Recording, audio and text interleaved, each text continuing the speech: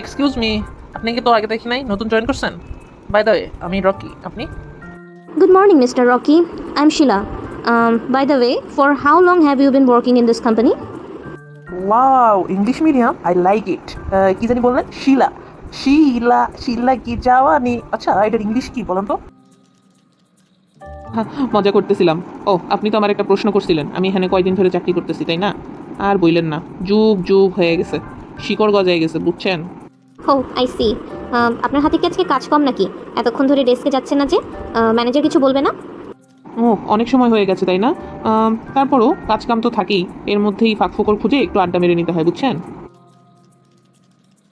দেখছেন, এত কথার মাঝখানে জিজ্ঞেস করতেই ভুলে গেছি, আপনি কোন ডিপার্টমেন্টে জয়েন করছেন? শুনেন, আপনি তো নতুন, আপনাকে আগে থেকে একটু সতর্ক করে রাখি।